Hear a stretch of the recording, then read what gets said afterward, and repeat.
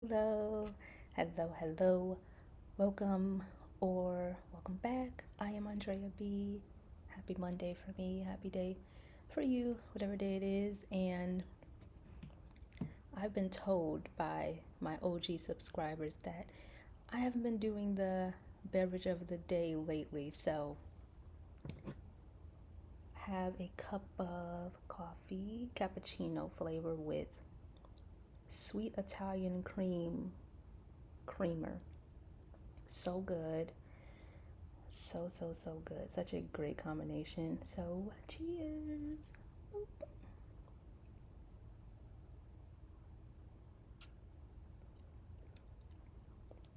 The warmth of the coffee is so soothing. So soothing. I don't drink coffee for energy because coffee will put me to sleep, honestly. Yeah, if I'm tired, I'm just tired. But I mostly drink it because it's good and the warmth is very soothing. I do enjoy iced coffee too, but for now, we have some hot coffee. So, today I am going to discuss misery loving company and hating company. There are so many exceptions to the rule. So I may be bouncing around as things pop up, but misery. I want to start with the reasons misery may hate company because we often hear misery loves company, and how often do we hear about misery hating company? And the different types of company that misery may either hate or love. Also depends on the situation. So, what comes to mind first is misery will hate company because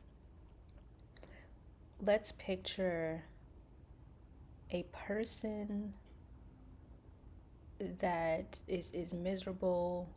Maybe they their attitude is very negative, their speech is negative, maybe they aren't as productive with their life, they engage in things that are destructive. Imagine that person being in an environment with and I'm going to use kids because this example just came up. Imagine a child that is used to getting in trouble in school, gets detention often, gets suspended often. Maybe they're harassing other students, messing with the teacher, and just being disruptive. Imagine that child in a room with students that do behave well.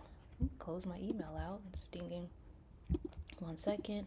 Imagine that miserable child in a room with students that behave well and aren't disruptive. They pay attention and they're very focused, and that child will stand out like a sore thumb. And it can either go one or two ways I'm thinking of. The first way is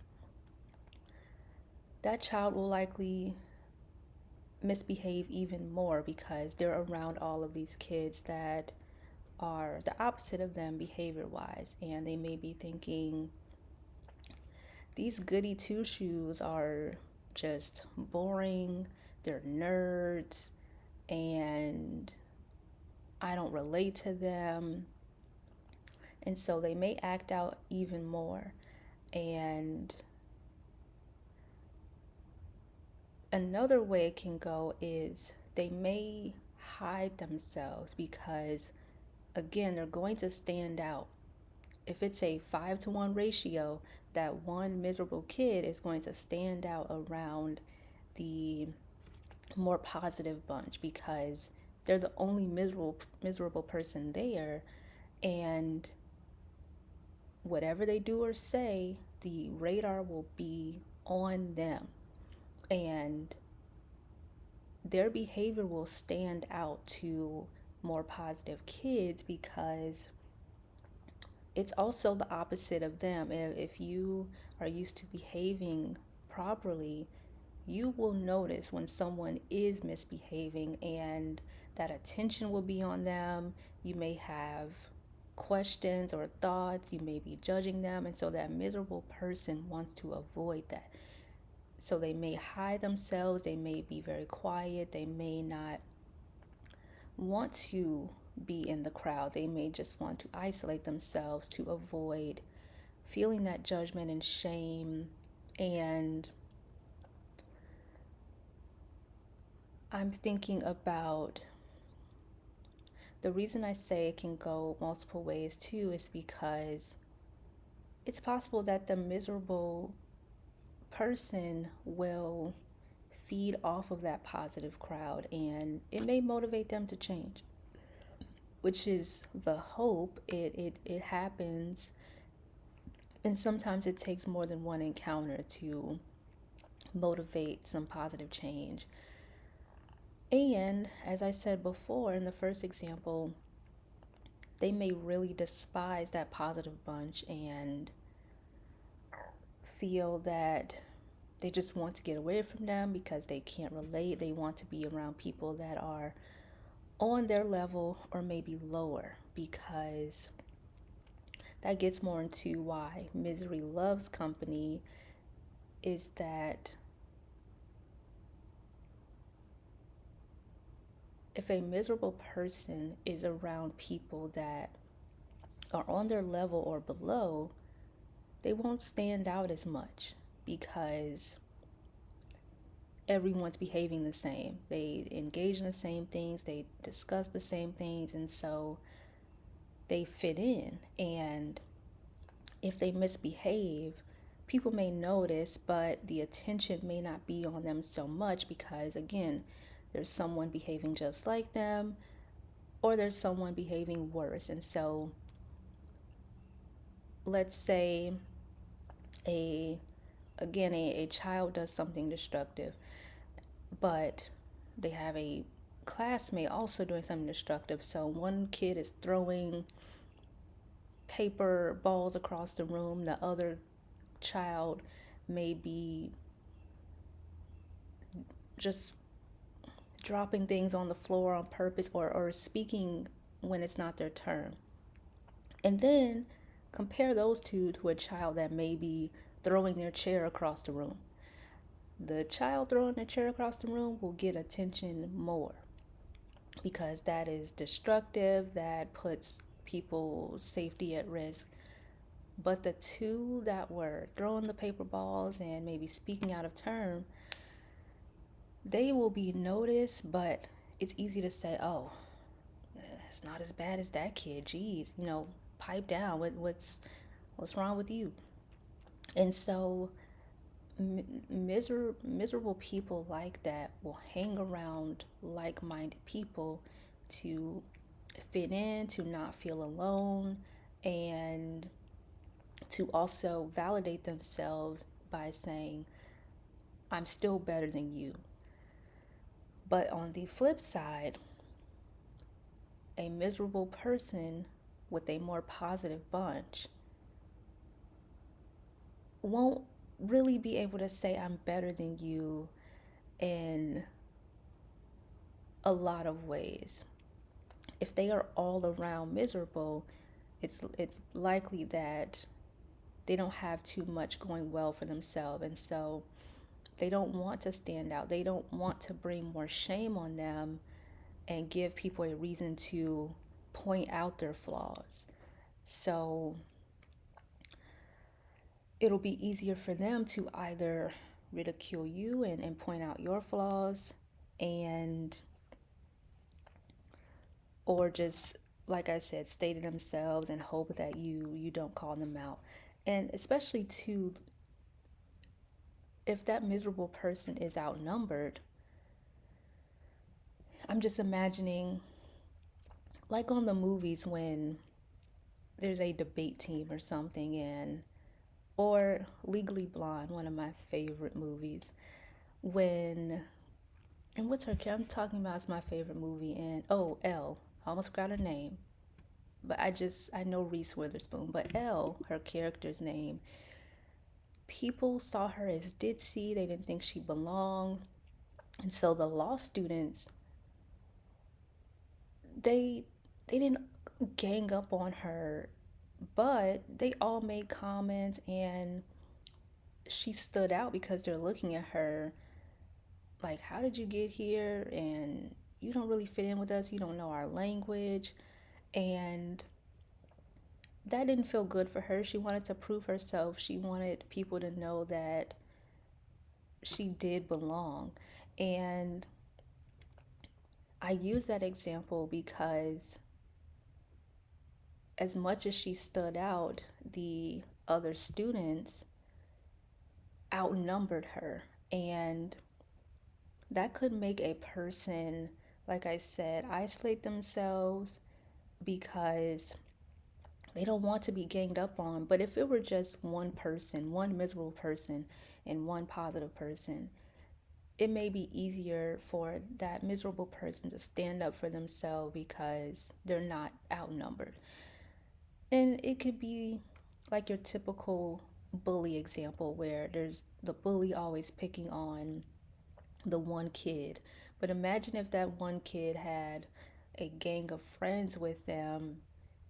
That bully again will be outnumbered and will probably wait for the opportunity to strike when their, I guess, enemy is considered weak. Like if they're alone, that person will really prey on them and say, gotcha. Now,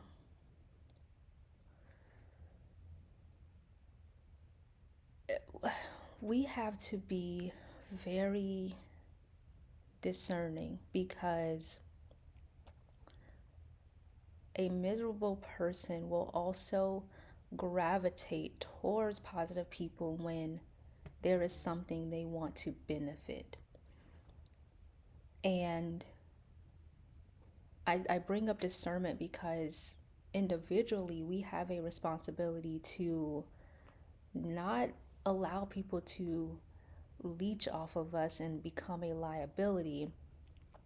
As I said, if that person, miserable person, knows to strike when they think you are at your lowest, when they see that you have a weak moment, they will take full advantage.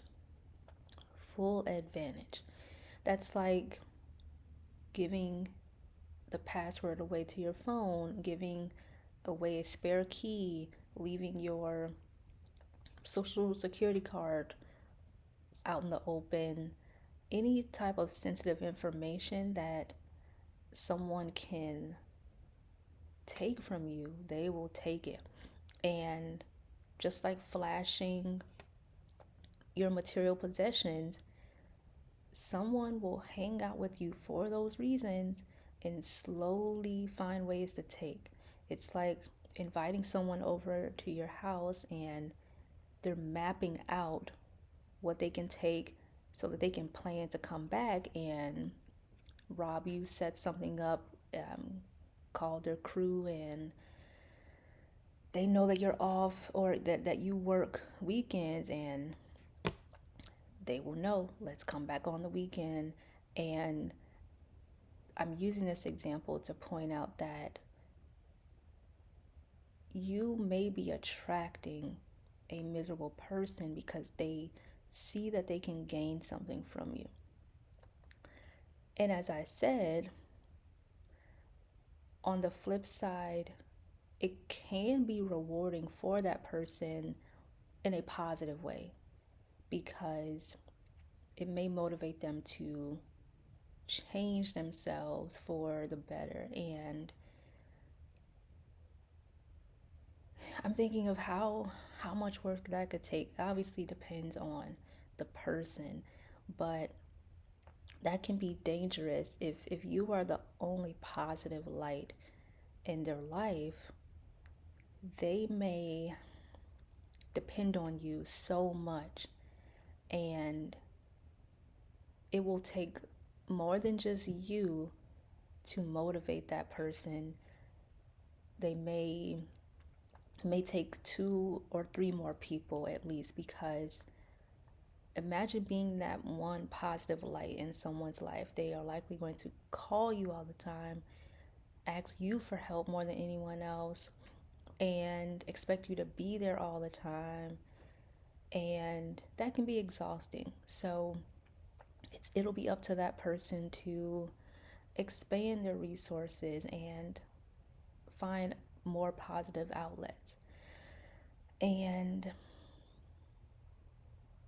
I had another example and I lost it. This is a great time for a coffee break.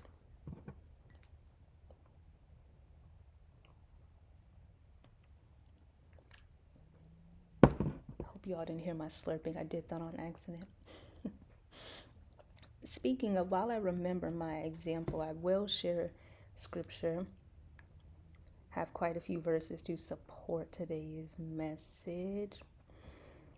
So, Proverbs 28, verse 7.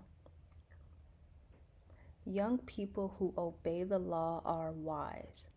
Those with wild friends bring shame to their parents. Absolutely. Absolutely. I remember being in elementary school and I had friends that lived down the street that my mom thought were fast. If you don't know what fast means in those streets. In elementary school, yes, they were fast and sometimes loose. And my mom did not want me to hang out with those friends. She made it very clear. And at that age, I understood, but I still wanted to hang out with my friends because they were my friends at the time.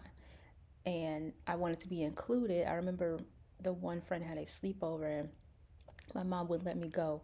And I'm laughing because the night of that sleepover, I remember my mom and I leaving to go somewhere, and we drove past that friend's apartment, and I looked over thinking, man, I wanted to be there for the sleepover. I won't say my mom did it on purpose because I don't I have no proof of that. I won't blame you, mom. But I remember that evening, and she had her rules. It was her job to protect me, and obviously she has more worldly experience and just life experience itself, so she notices things that I didn't notice, and clearly there was something about those friends that signaled to her that they may be faster, and she did not want me around that. So thank you, mom, for wanting to protect me. I appreciate it. And along with that, I'm thinking about the friends at that time. And yes, mom was right. She knew because some of those friends were losing their virginity younger and have babies with multiple people, multiple men. So she was right. She was right. Now, going back to this verse though, young people who obey the law are wise. Those with wild friends bring shame to their parents. So imagine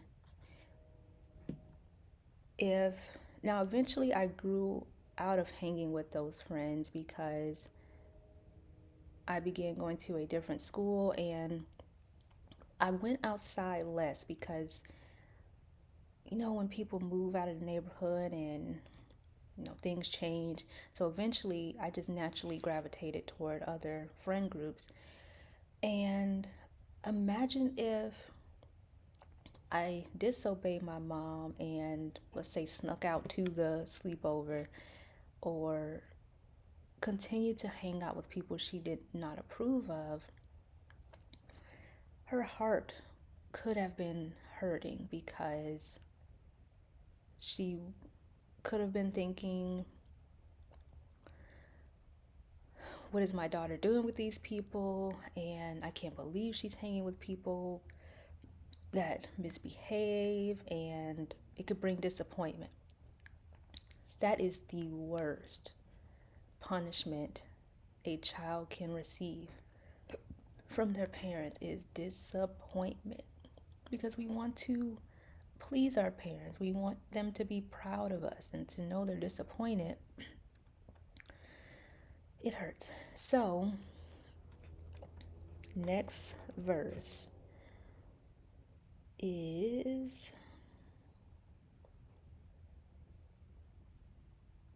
Psalm 141, verse 4 through 5. Don't let me drift toward evil or take part in acts of wickedness. Don't let me share in the delicacies of those who do wrong. Let the godly strike me, it will be a kindness. If they correct me, it is soothing medicine. Don't let me refuse it. But I pray constantly against the wicked and their deeds. I'm thinking of David's heart posture for him to confidently say, let the godly strike me, it will be a kindness. If I am drifting toward evil, if they correct me, it is soothing medicine. I may have to do a whole nother video on correction being soothing medicine, because people cannot stand correction. People cannot stand accountability. They cannot stand responsibility. So, my goodness, correction is necessary. People always say, only God can judge me. No, there is a level of judgment that God has that only God can have, absolutely. However, God gives us as human beings the ability to use His wisdom to correct and judge others. So He gives us permission to judge people with love, with correction, with the Holy Spirit as motivation, not to tear people down, but to lift people up. So if you cannot tolerate correction that is for your benefit, you are going to continue struggling in life. I don't know how far you will make it, but if you cannot stand to be corrected, what are you learning? Who are you learning from? Where are you going in life? Because we all need correction. We are all innocent in some ways, and lacking knowledge. And imagine going through the rest of your life acting like a baby. Essentially, that's what most adults are doing anyway. They're just grown babies because they refuse to be corrected. So I love the idea of correction being soothing medicine, because correction is for our benefit. It can remove us from harm and keep us out of danger, and protect us. So it may sting, but you'll appreciate it. It'll be soothing later, and you'll feel warm and loved with the fact that someone cared enough to correct you. If you couldn't tell, I got stirred with that part, because I love correction, because I love learning. I wasn't always this way because I thought I knew best. So I can say this with confidence that correction is beneficial, because I know what it's like to ignore being corrected, to ignore being guided and filled with wisdom. not a life to live. So, and as David says, don't let me refuse it. Don't let me. That is a prayer, because sometimes as humans, we get in our way, and to have that prayer is David saying, please take control, Lord, because I don't know if I am capable of accepting correction on my own. So, with all your strength, power, and might, do not let me refuse this correction. Please, please, Lord, don't let me. If you have to hold me down and tie me up and make me take it, don't let me refuse it. So, I love that. Okay, next verse I have is Proverbs 11:5. The godly are directed by honesty, the wicked fall beneath their load of sin. Their load of sin. The godly are directed by honesty. I love that. And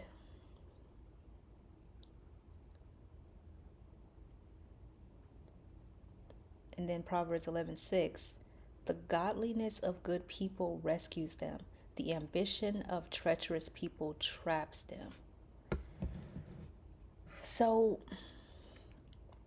this is why discernment is necessary, protection, the armor of God is important, because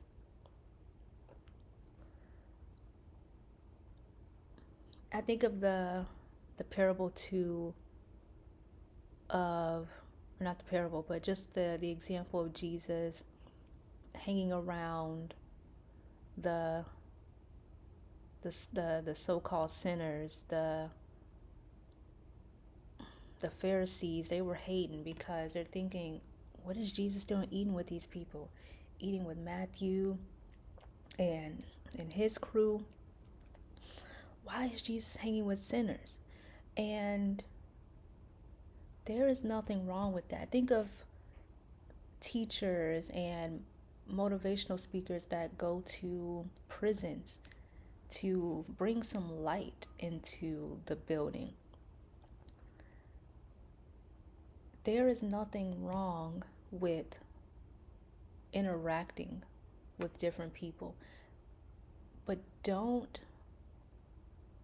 allow yourself to fall and be knocked to a lower level than where you are.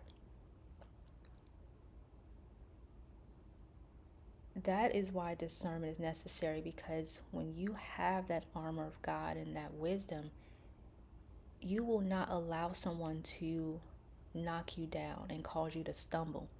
You will see the wickedness, you will see their evil ways, and know when to cut it off.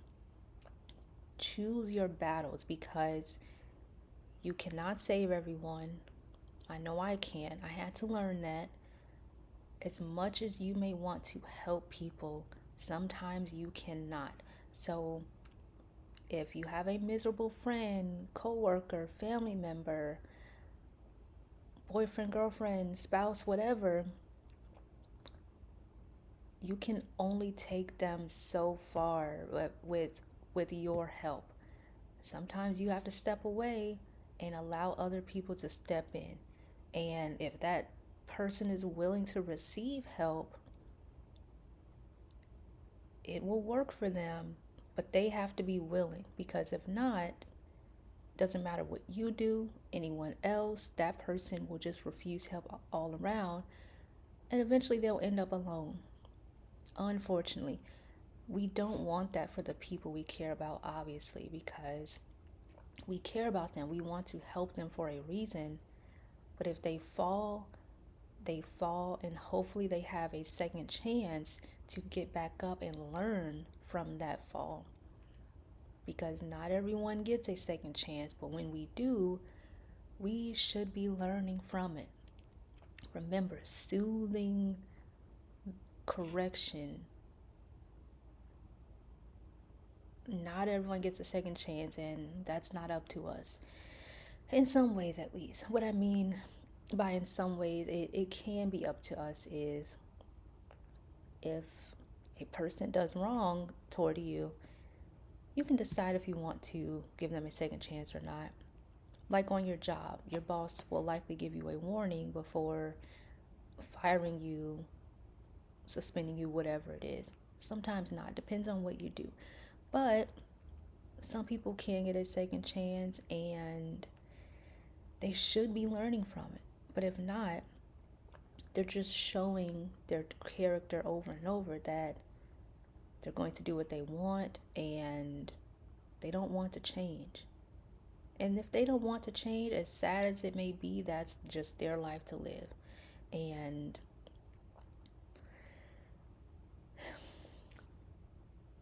I use that example though because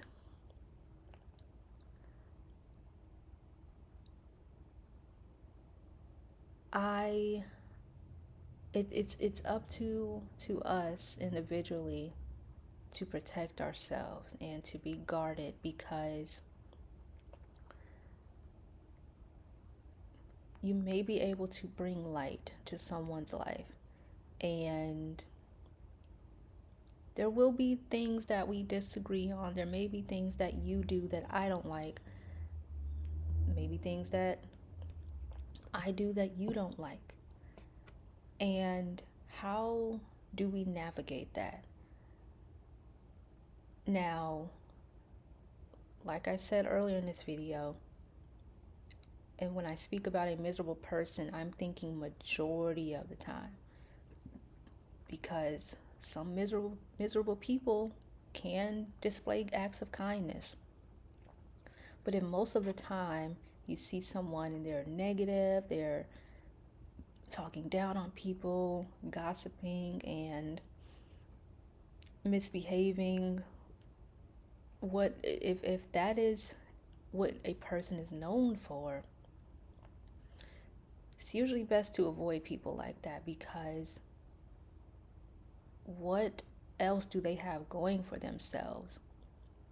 And whatever act of kindness they display won't be enough to mask their true character.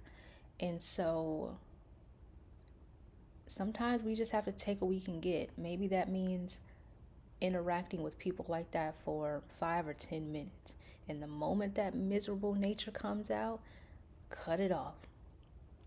Cut it off, because if we entertain that misery for too long, they will feed off of that. They will feel validated, and sometimes it will set them off even more, because if a person is not willing to be corrected and you try to correct them, they are ready to fight back, because they want to keep gossiping, they want to keep being negative.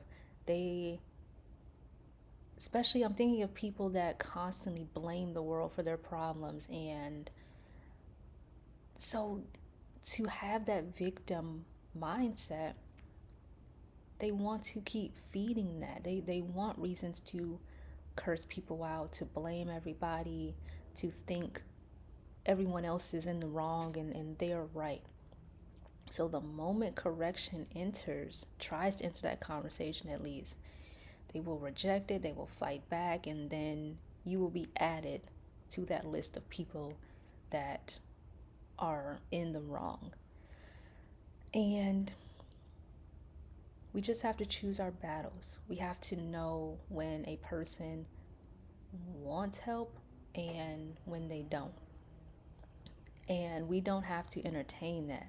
So you can leave the room, you can end the conversation, you can redirect the conversation to something else. And especially at work, I think this is a great example. If you're in an office setting or just working with people constantly, and you have that one coworker that wants to gossip about people in the office, you can redirect that conversation back to work related topics and If it's just personal, keep them out of it and set that limit. And that lets that person know you're not willing to entertain that. You want to be focused and just mind your business. So, because it will be very, not sort of impossible to avoid everyone that's miserable, because we all sin in some way that's miserable. So we can't avoid it all the time. But what I'm saying is, when we notice it, the more you surround yourself with wisdom, misery will stand out, the wickedness will stand out. And depending on the person, when you have a good connection, they will be willing to hear you out. And you can say, I don't think that's a good idea. I I think if you do this, it will, taint your character, and it'll knock you down a few notches. It'll damage your reputation. And they may say, you know what, you're right. I appreciate that. Thank you, etc. And I think that's the goal, at least my goal. And what I want to encourage you all to do is just to keep your eyes open. Keep your eyes open. And I'm even thinking too, because we are so good at judging people, it's funny how we can call out when someone's misbehaving, but when we do it, it's justified. So, absolutely not. If hypocrisy, don't do it. Don't do it. It's in the Bible. If I'm gonna find some scripture, because my point in bringing this up is,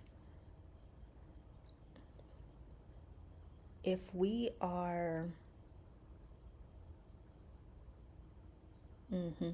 Matthew 23:8, outwardly you look like righteous people, but inwardly your hearts are filled with hypocrisy and lawlessness.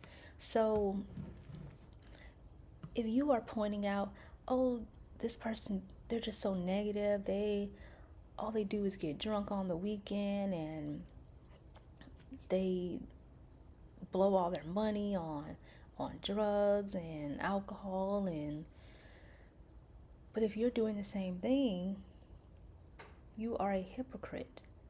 So if you have the nerve to judge someone else's behavior as poor and wicked, etc., you should be willing to judge yourself that way and say, wow, I'm doing the same thing that I despise in this person.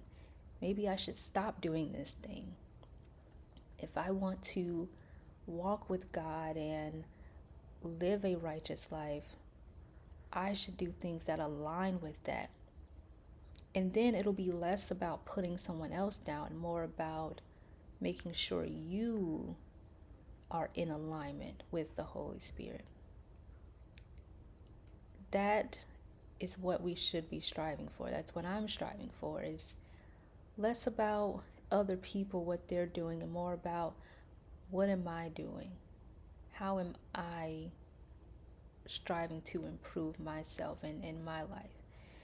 And again, we're going to judge. It's human nature to judge. And what we do with that judgment speaks volumes. Are you trying to help or hurt someone? Put them down. What is the purpose of the judgment? So another verse I had is First Corinthians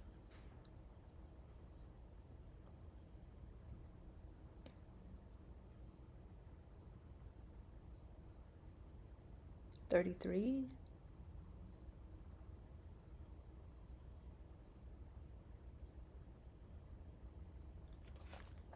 1 Corinthians 15:33. Don't be fooled by those who say such things, for bad company corrupts good behavior. In the context of the things that Paul's referring to, you have to go back and read it. But I wanted to point that out because that is a very common quote from the Bible. It's bad company corrupts good behavior. And I think it can. I think it can. That's why I want to encourage you all to protect yourselves, because you may be in the company of of evil and wickedness without it corrupting you. And I and that takes a lot of work. I think too, if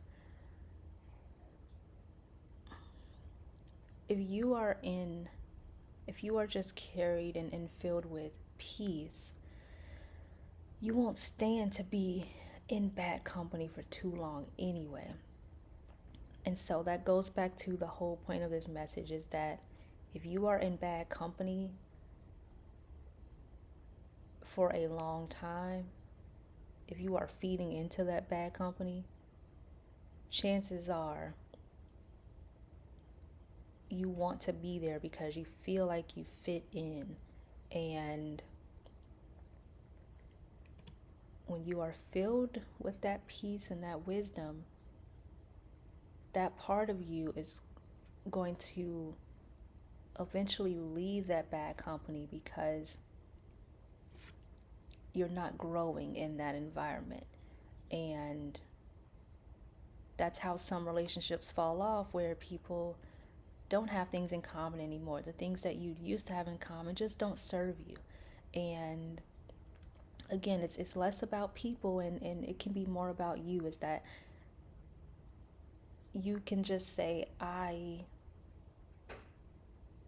don't think I belong here. I'm just not interested in these things anymore. I'm filling my time with something else, and it's not you, it's me type of response. So I'm getting a phone call, and other than that, I can wrap this video up. And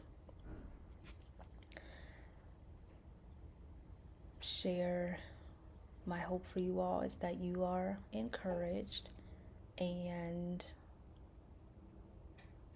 hope you share this with other people. Like, subscribe. Thank you to everyone that has subscribed already.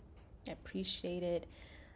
I love seeing all of the views and the comments, because it lets me know that my videos are reaching people.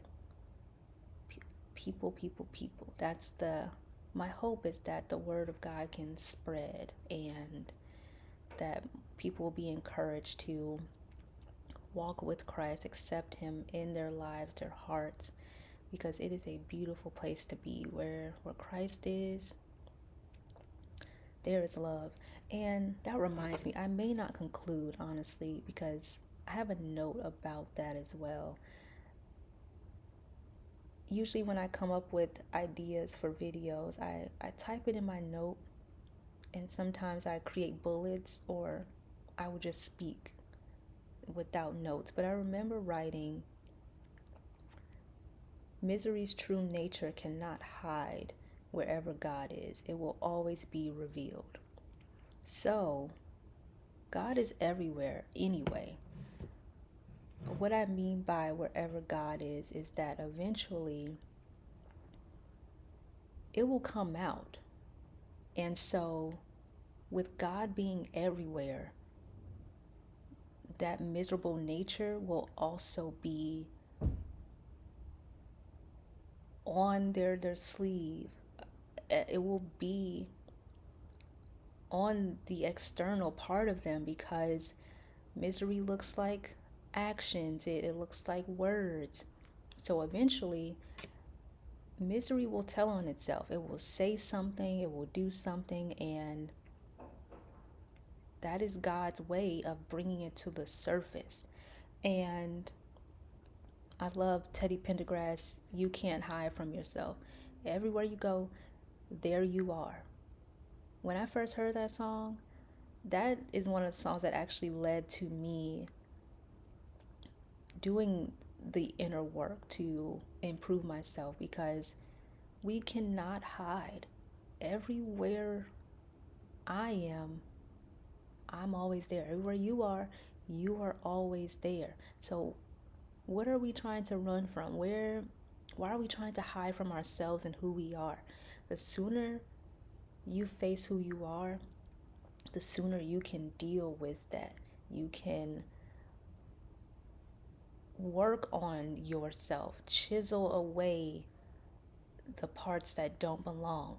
So accept who you are.